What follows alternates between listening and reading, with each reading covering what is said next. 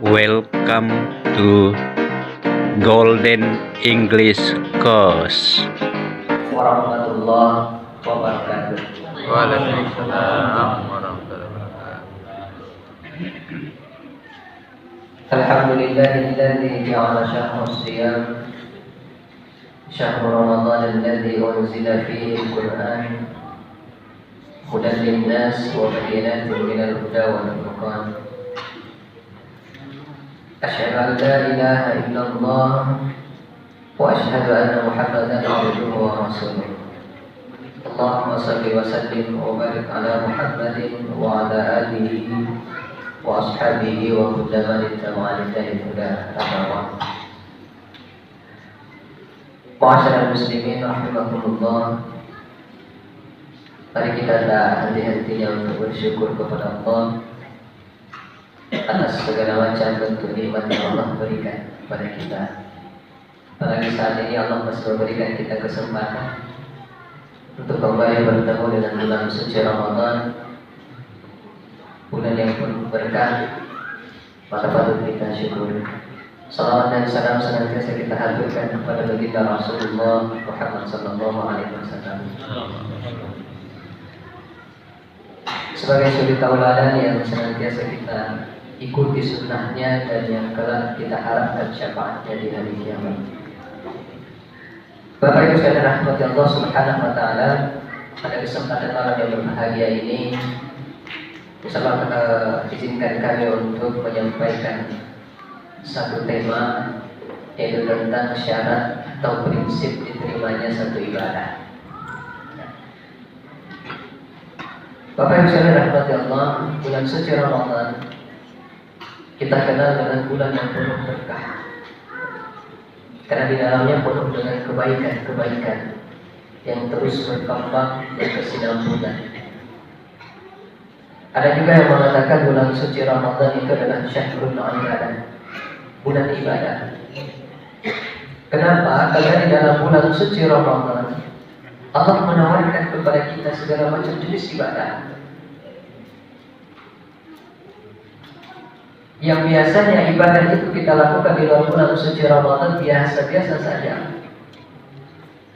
Ketika di bulan suci Ramadan, ibadah sunnah yang kita lakukan diganjar seperti ganjaran ibadah wajib. Di luar bulan suci Ramadan kita membaca Al-Quran itu biasa saja.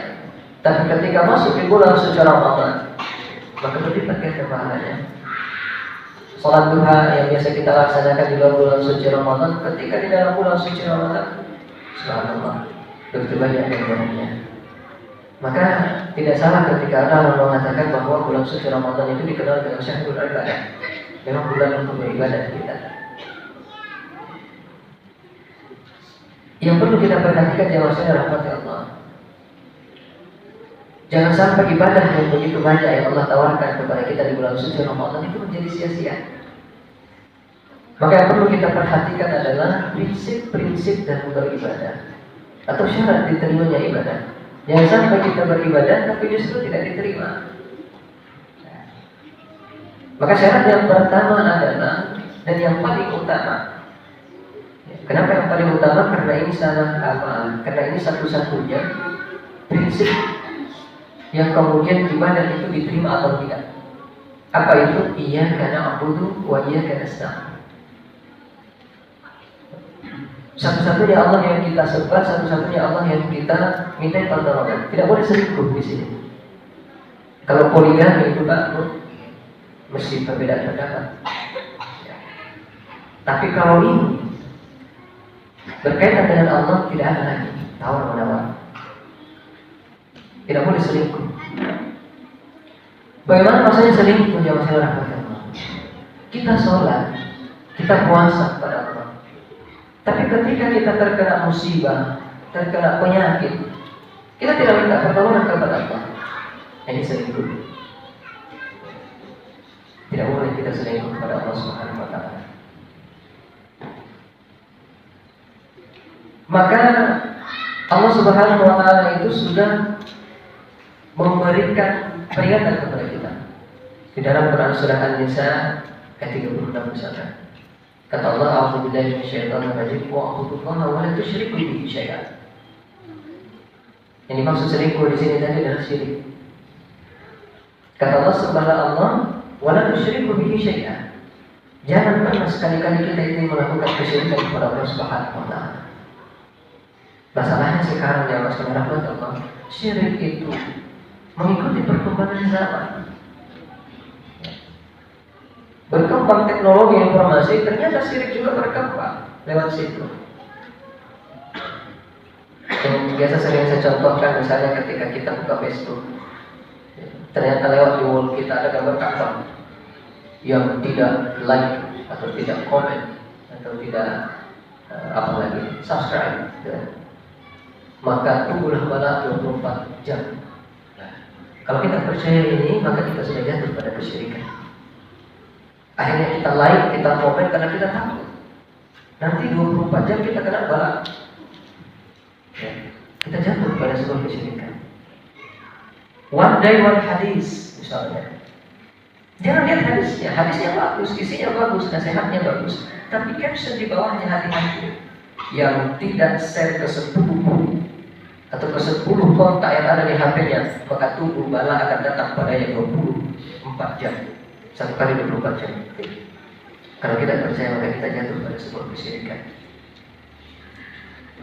Ternyata syirik itu berkembang sesuai dengan perkembangan zaman. Nah ini, kalau kita ibadah, puasa, sholat duha dan lain sebagainya, tapi kita masih melakukan hal tersebut, sia-sia ibadah kita. Yang kedua, ya masyarakat rahmati Allah, dalam ibadah itu tidak ada perantara. Ini masih kemarin waktu ujian mahasiswa itu ujian akhir semester, saya berikan coba tugas cari kira-kira ada perilaku syirik apa yang ada di sekitar tempat kita. Ternyata masih banyak. Salah satunya adalah ketika beribadah kepada Allah atau berdoa kepada Allah, itu masih menggunakan perantara. Padahal tidak boleh, tidak usah perantara itu. Kenapa? Allah itu sangat dekat padanya. Allah sendiri yang mengatakan, "Wa idza sa'alaka 'ibadi 'anni fa inni qarib." Wahai Muhammad, ketika ada seorang hamba yang bertanya kepadamu tentangku, maka jawablah bahwasanya aku ini sangat dekat. Ujibu da'watad da'i idza da'a. Ketika seorang hamba itu meminta kepadaku, maka niscaya aku kabulkan. Tapi dengan beberapa syarat. S dan K berlaku. Di dalam Quran surah Qaf ayat 16 kata Allah, "Wa laqad khalaqnal insana wa qad khalaqnal insana wa na'lamu ma tuwaswisu bihi nafsuhu." Kami ini menciptakan manusia, kata Allah. Wa na'lamu ma tuwaswisu bihi nafsuhu. Kami itu tahu apa yang dibisikkan oleh hatinya. Maka ketika kita beribadah, kita berdoa kepada Allah, Allah sudah tahu untuk apa lagi perantara. Perantara yang dimaksud di sini adalah contoh misalnya ketika kita punya hajat, punya kebutuhan. Kebutuhan itu kemudian kita berdoa kepada Allah tetapi tidak langsung.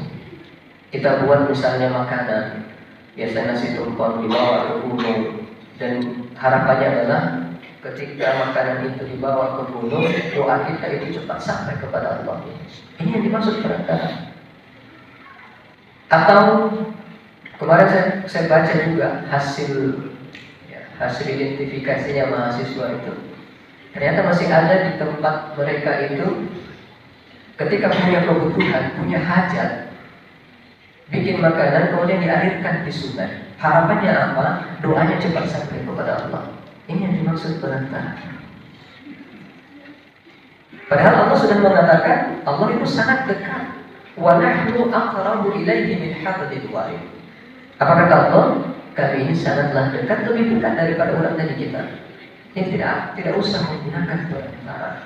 Jangan sampai dengan perantara itu justru kita masuk ke dalam sebuah kesyirikan. Yang ketiga,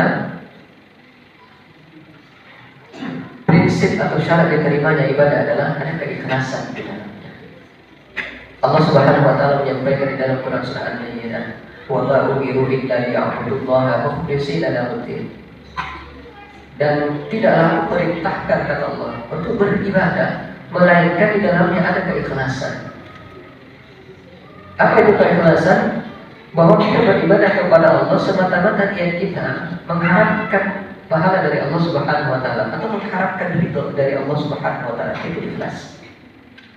Tapi kalau kapan kita melakukan satu ibadah ternyata niatnya ada yang lain.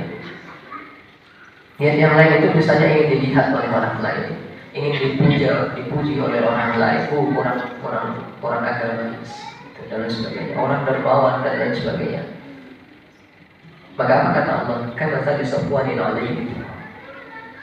Ketika kita melakukan ibadah, tapi diselingi dengan niat adanya riya di dalamnya, ingin dipuji oleh orang lain, yang di sana, ya. Apa kata Allah? Karena tadi sopwanin alaihi, seperti atau diumpamakan oleh Allah ada batu di atasnya ada tanah. Fa'asabat wadi, maka turun hujan yang lebat, wa tarakahu sawdan, kemudian menghapus tanah itu sehingga batu yang tadi menjadi licin bersih. Artinya seharusnya kita mendapatkan pahala sedekah misalnya. Tapi karena ada hujan lebat tadi itu, apa hujan lebatnya? Riya, ingin dipuji. Maka pahala atau tanah tadi itu hilang, bersih, dicuci oleh hujan, dicuci oleh niat riya kita, ingin dipuji, sehingga seharusnya mendapatkan nilai pahala sedekah menjadi tidak ada. Jamaah yang dirahmati Allah Subhanahu wa taala, sekira ini dulu yang bisa kita sampaikan. Jam 8.15 ya. Insyaallah kita sambung besok subuh. Mudah-mudahan apa yang kita sampaikan ini bisa kita renungkan bersama, termasuk diri saya pribadi, dan akhirnya kita mendapatkan keberkahan di bulan suci Ramadan. Sekian, kurang lebihnya mohon dimaafkan. Nasallallahu alaihi wa sallam. Wassalamualaikum warahmatullahi wabarakatuh. Thanks for watching. Bye. See you on the next watching video.